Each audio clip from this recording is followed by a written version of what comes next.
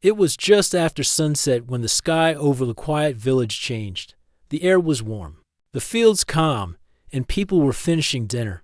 Tom sat outside his small house, enjoying the peaceful evening. He lived a simple life. He fixed old machines, helped neighbors with repairs, and spent most days alone in his workshop. Nothing strange ever happened in his town until that night. Without warning, a bright streak of fire cut across the sky. It moved fast and silent at first, then came a deep rumble, louder than thunder. Tom stood up, watching as the burning object flew overhead and disappeared behind the distant trees near the old forest. A few seconds later, the ground shook, birds flew from the woods, and a low cloud of smoke rose beyond the hills. Dogs barked. In the village, lights turned on. People came outside, pointing at the sky. A plane crash? Someone said, "No, too fast. Could be a meteor." Another guessed. Tom narrowed his eyes. He'd seen meteors before.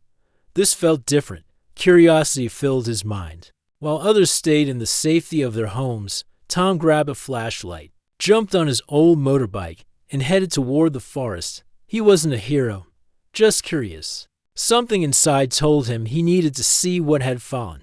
The ride through the dirt path was rough, branches hitting his arms as he moved deeper into the forest. The smoke grew thicker, and the smell of burning metal filled the air. After 10 minutes, he stopped his bike and walked. A soft humming noise led him forward. And then he saw it.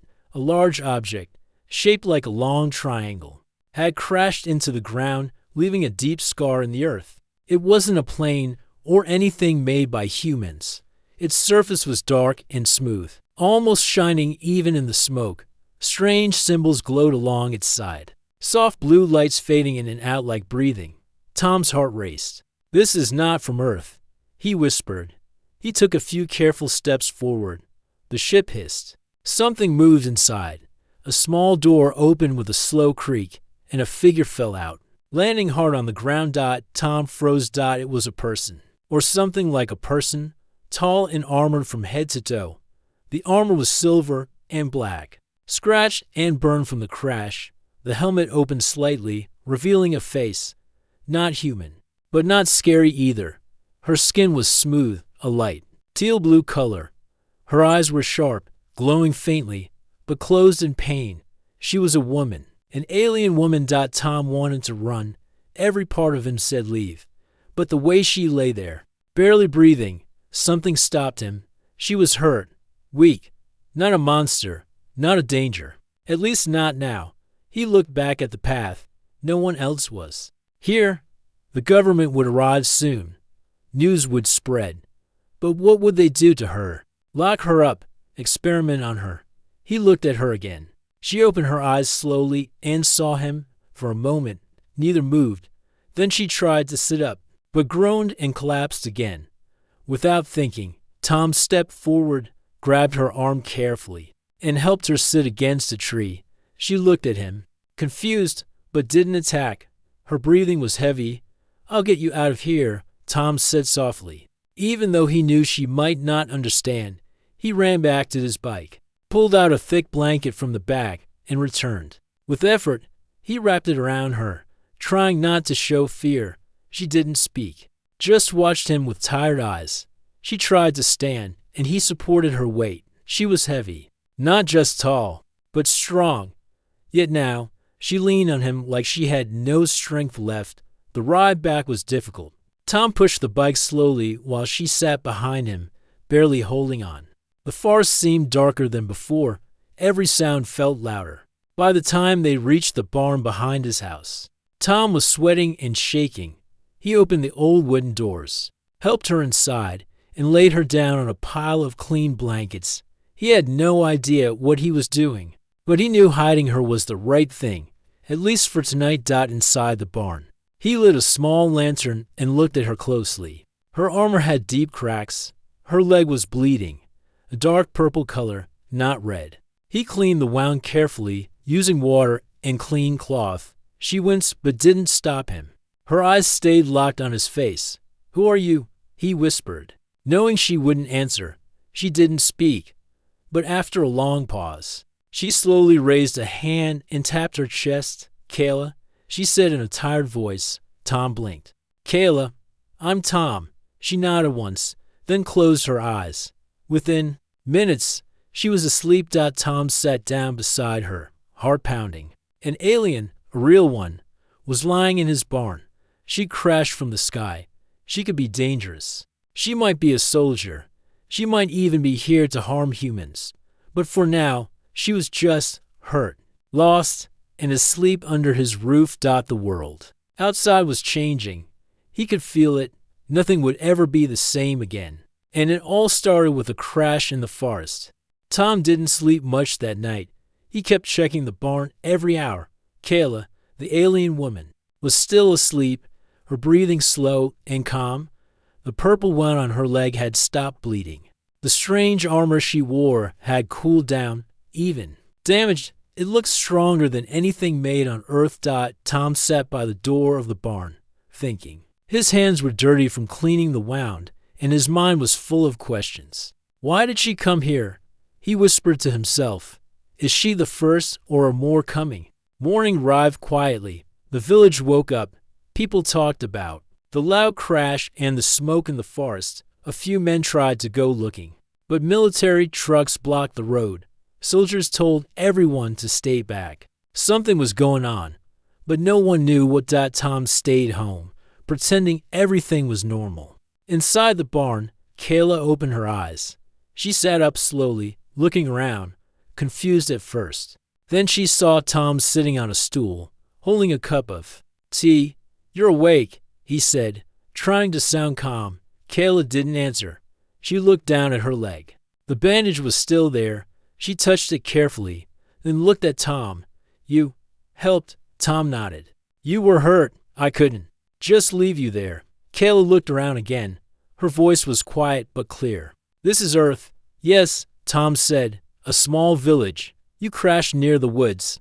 Do you remember? She didn't answer that. Instead, she stared at him with sharp eyes. I had a mission, she said at last. Tom felt a chill run down his back. A mission, she nodded. Target, destroy. Her words were heavy, cold, like a soldier reading orders. Tom tried to stay calm. Who's the target? Kayla looked directly into his eyes. You. Silence filled the barn. Tom's hands tightened around the cup. Me? He asked, confused. Why? Kayla shook her head slowly. Information not clear. Just order from command. Human named Tom. Dangerous to Varian Empire. Tom stood up, stunned. I've never hurt anyone. I live here. I fix machines. That's all. Kayla's face didn't change. Not now. In future. Tom frowned. Future. How would they know? She touched her wrist. A small device lit up with symbols. Time scan. Possible futures. You create something. Something powerful. Leads to human victory. Tom stared at her. That can't be right. I build tools from junk. I don't even have a proper lab. Kayla's voice was steady. You build a machine. A mind. It helps humans fight. Turns the tide. So, you must be stopped. Tom sat down again, feeling like the ground had dropped under his feet. I didn't know. He said softly. I've been working on a smart tool. A learning machine. I wanted to help disabled kids, not build weapons. Kayla tilted her head. Machines. Learn. Becomes more than tool. Tom sighed. But I didn't plan that. I just wanted to help. Kayla looked away, as if thinking deeply. I crashed before I completed mission, she said. You saved me, even when you didn't know. Tom stood up and walked slowly around the barn. So now what? Are you still going to finish the mission? Kayla didn't answer. I'm not a threat, Tom said. I'm just me. Kayla's eyes followed him. You have potential. That is why they fear you. Tom looked back at her. What do you think? Kayla was silent for a long moment. In my world, orders are law. We follow without question. But you helped me, gave me shelter, cleaned my wound, did not run or call soldiers. I'm not a fighter, Tom said. But I'm not stupid. I know you could have killed me when you woke up. I could have. She said simply. Tom looked her in the eyes. But you didn't know. Another silence passed between them. This time, it was not tense. It was thoughtful. I want to understand, Kayla said. You're kind. Your choices. Why you helped enemy? You weren't an enemy, Tom replied. You were hurt. That's all I saw. Kayla nodded slowly. In war, that thinking is rare. Tom smiled a little. Maybe that's why we're not the ones with ships in space yet. Kayla didn't smile, but her voice softened. Maybe that's why you will win. Tom blinked. So, you believe your people are wrong? Kayla looked down at her wrist device, then at the barn walls. I begin to question. That is not allowed where I come from. Tom walked to the corner, picked up a toolbox, and opened it. Inside were wires, small parts, and pieces of metal. He pulled out a simple-looking square device. This is the beginning of the machine they're afraid of, he said. But it's just a helper robot. It learns from speech, fixes things, remembers tasks. Kayla stood up slowly, leaning on the wall for balance. She walked over and studied the device. Small, she said. Yes, Tom replied. But it learns fast. Kayla looked at him again. I will stay, she said. Watch, understand. Tom raised his eyebrows. You're not going to kill me. She shook her head. Not yet. Maybe not ever. I need to know if you are really what they say. Tom let out a breath. Fair enough. Kayla sat down again. But if you are lying. Tom raised a hand. I get it. Don't worry. The two sat there in quiet again. Two very different beings, brought together by a crash and a strange twist of fate. Tom didn't know what would happen next. But one thing was clear. The alien who came to kill him was now staying in his barn, watching him build the very machine she was sent to destroy. And somehow, Tom didn't feel afraid anymore. Tom was in the workshop, working on a new part for the learning machine. Kayla was outside, sitting under the tree behind the barn, her eyes on the clouds. The day had been calm, quiet wind, soft sunlight, and the peaceful sounds of birds. But then, the sky changed. A low, deep hum rolled over the hills. It didn't sound like a plane or a storm. It was too smooth, too cold. Kayla stood up at once. Her body became still. Her warrior senses knew what it meant. They found us, she said. Tom came running out, wiping his hands on his shirt. What do you mean? Kayla pointed toward the horizon.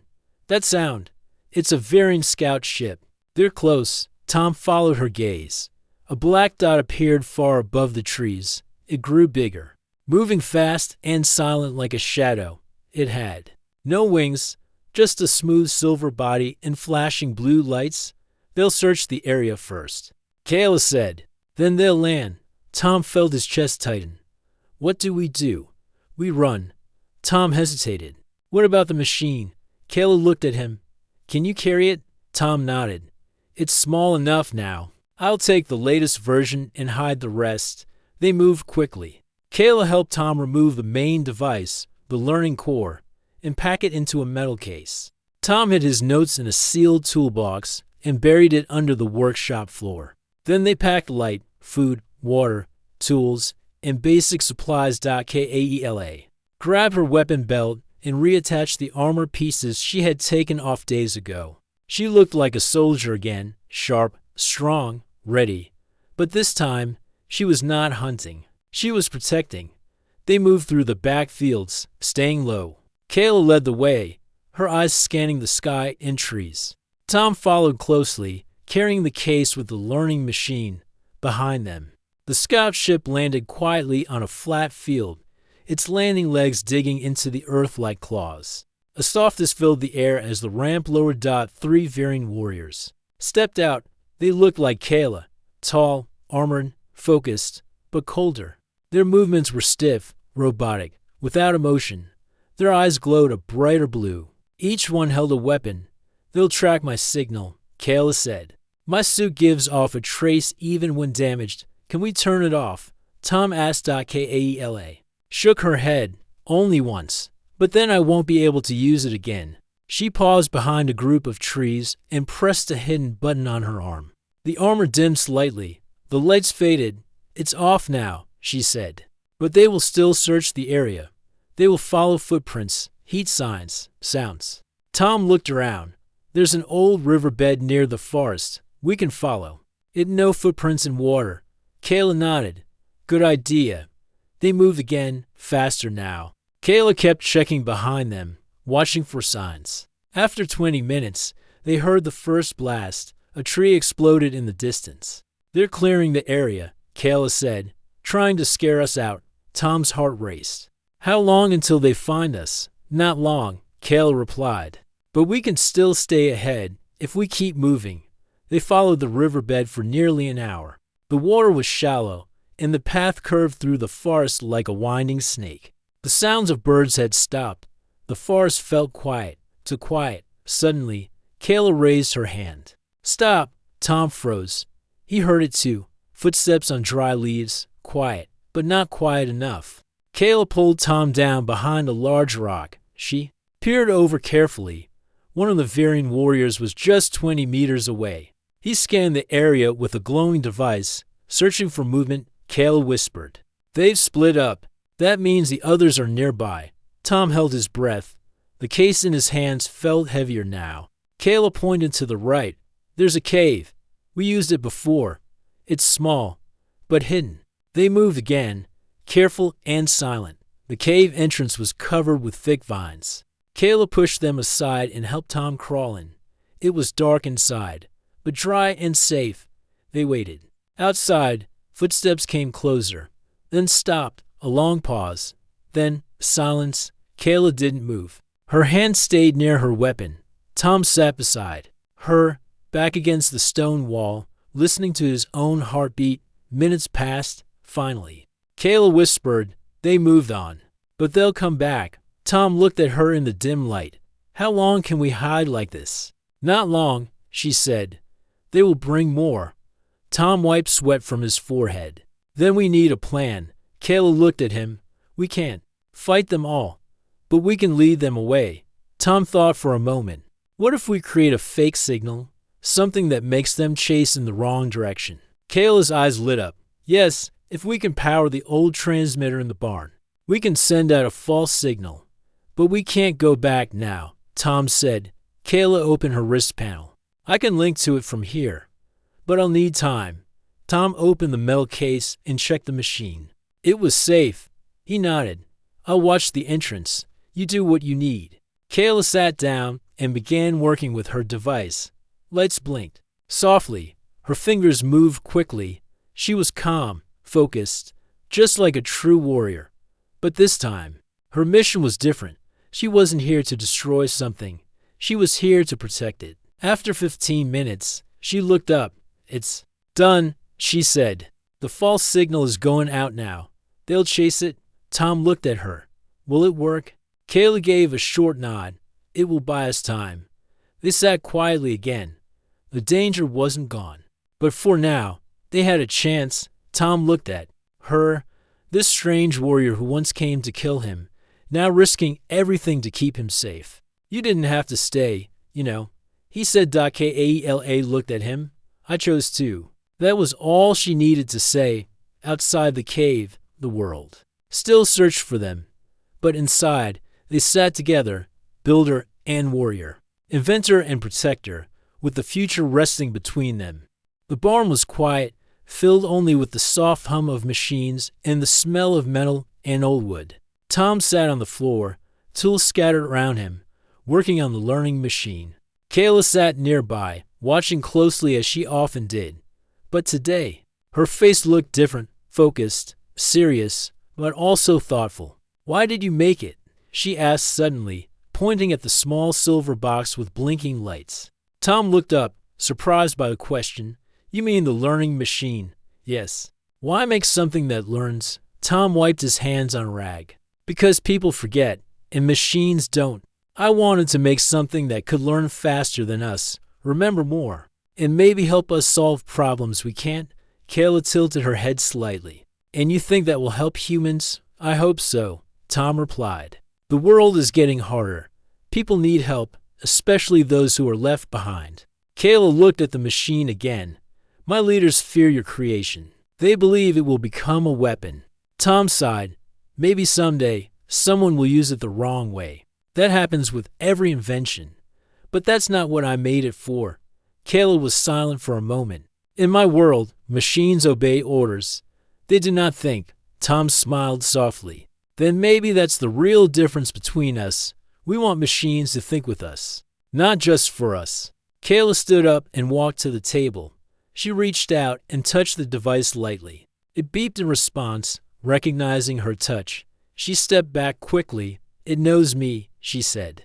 Tom nodded. It remembers patterns, voices, movements. It learns better each day. Kayla looked at him with narrowed eyes. Your leaders, do they know you are building this? Tom hesitated. No, I didn't tell anyone. I'm just a repairman in a quiet village. No one will believe me anyway. Kayla looked down. If they find out, they may try to take it. I know, Tom said. But I don't want it to be used for war. I want it to help rebuild things, homes, schools, medical tools, not weapons. Kayla slowly sat down again. Her voice was soft. Your future scares my people. But you don't seem dangerous. Tom met her eyes. You've seen who I am. You've lived here. Do I look like someone who wants to hurt others? She didn't answer right away. Then she shook her head. No, but even peaceful things can become dangerous in the hands of others. Tom leaned back. That's true, but it also means we have to teach the next generation better. Give them tools, not weapons, and teach them how to care for one another. Kayla looked at him carefully. You believe humans can change? I have to believe it, he said. Otherwise, what's the point of all this? Kayla didn't reply. She stood up and walked outside the barn. Tom followed her. They stood together in the open field. The sky was bright, clouds drifting slowly. Birds flew above. The world looked peaceful. Almost too peaceful for the truth that lay hidden in the barn. Kayla crossed her arms. Your people are emotional. That can be dangerous. Tom laughed lightly. Yes, we are. We cry. We laugh. We love. Sometimes we do foolish things. But that's what makes us human. She turned to him. I have never felt free. Always followed orders. Always trained to fight. Tom looked at her. But you're free now. You chose to stay. You chose not to kill me. She stared at him. I do not know what I am anymore. Not fully a soldier. Not fully your friend. Tom smiled gently. Maybe you're just Kayla. The wind moved through the tall grass. Kayla looked up at the sky. I still feel watched, she said. You are, Tom said. They're probably searching for you. And you? Tom looked at her. They'll find me eventually, too. Kayla turned to him again. Then we must decide. What do we do now? Tom took a deep breath. We finish the machine. But we hide it well. I'll write a guide, simple, clear, safe. Not for war. Not for power. Kayla nodded slowly. I will help. Tom raised an eyebrow. You sure? She gave a short nod. If I help build it, I will understand it. And if it becomes dangerous, I will know how to stop it. Tom thought for a moment, then offered his hand. She looked at it for a second, then placed her hand in his. It was a small gesture, but something important passed between them, not just trust, but purpose. They returned to the barn and began working together. Kayla studied the parts, learned the circuits, and added some of her own knowledge, small improvements from alien tech, nothing too advanced, but just enough to make the machine smarter, safer. Tom watched her work. She was fast, focused, and careful. Not just a warrior anymore, but a builder. At night, they sat by the fire outside. Tom told stories of his childhood, of how he had once dreamed of becoming an inventor. Kayla listened, quietly, adding pieces of her own life, of cold training halls, endless drills, and a life where she never had a choice. For the first time, she felt something new inside her. Not weakness, not confusion, but hope. And as the fire cracked softly in the night, she looked at Tom, not as a target, not as a threat, but as a man who saw beyond the stars and wanted to build something better. Tom kept his routine mostly the same. He worked in his small workshop during the day, repairing old tools and machines for people in the village in the evenings. He returned to the barn, where Kayla stayed hidden. She had started walking again, though her legs still gave her trouble. Her armor had self-repair systems, but the damage from the crash was deep. Even so, She was healing faster than any human could. Tom had cleared a corner of the barn for her, a clean area with blankets, tools, and even a small lamp. She didn't ask for much. She watched him quietly, studied everything, how he moved, how he talked, how he worked. She was no longer just a visitor or a soldier. She had become a watcher. Tom noticed small changes in her. At first, she barely spoke, but slowly, she began asking questions. "What is tea?" she asked. One morning, Tom laughed. "It's a drink, hot water and dried leaves." She nodded seriously. "Smells strange." He smiled. "Tastes strange too, but it helps me think." She watched him sip it and said nothing more. But the next day, she asked for a cup. She didn't say she liked it, but she finished it all. Tom noticed how quickly she learned. One afternoon, he was repairing a broken fan. He left the barn for a moment. When he came back, Kayla had taken it apart, fixed the wiring, and put it back together perfectly. "You're a fast learner," he said. "I observe," she replied simply. She began helping him more after that, rewiring, organizing tools, lifting heavy machines. She never smiled, but something in her eyes had softened. She still moved like a warrior, sharp and silent, but she no longer looked at Tom like a target. Still, she never forgot her mission. Late one night, while Tom was asleep inside the house, Kayla stood in the barn doorway, staring up at the stars. The sky was clear. She could see a few faint lights far above, satellites, maybe even scout ships. Her people were out there, still searching, still watching. Her orders echoed in her mind. Target, human male. Name, Tom Breezen. Future threat to veering control. But the Tom she had come to know was nothing like a threat. He was kind, simple, and full of curiosity. He showed her respect, not fear. That confused her more than anything. In her world, people feared warriors. They obeyed orders. But Tom treated her like an equal, like a person. That night, something changed inside her. She walked into the house quietly. Tom was asleep on the couch, a blanket over him, an old book resting on his chest. The small machine, the early version of the learning AI, sat on the table beside him.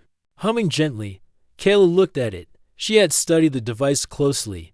It was not a weapon. Not yet, but it was learning, faster than expected. Maybe. Her commanders were right. Maybe this machine would become something greater. She reached to her belt and pulled out a hidden blade, smooth, black, and sharp. It extended silently in her hand. She stepped forward, standing over Tom. He didn't wake. His breathing was soft, calm. Her hand shook slightly. One strike, and the mission would be complete. The future would change. Her people would be safe. But her mind didn't agree. Her thoughts raced. He helped me. He could have left me to die. He gave me food, shelter, trust. He speaks kindly, shares his ideas. Doesn't hate, doesn't lie. Is this truly the man we fear? Her blade hovered in the air. Still, she didn't strike. Instead, she stepped back, slowly lowered her hand, and deactivated the blade. It folded back into her armor with a soft click. She stood there for a long moment, staring at him. Then she turned and walked out of the house, leaving the night quiet again. The next morning, Tom stretched and yawned. He didn't know anything about what almost happened. He made 2 cups of tea and walked to the barn. Kayla was already there, sitting by the window. She looked up as he entered. "Morning," he said, handing her the tea. "Thank you," she replied. They sat in silence for a while. Then she spoke again. "I watched you sleep last night." Tom raised an eyebrow. "That's a little strange, Kayla. I had a blade."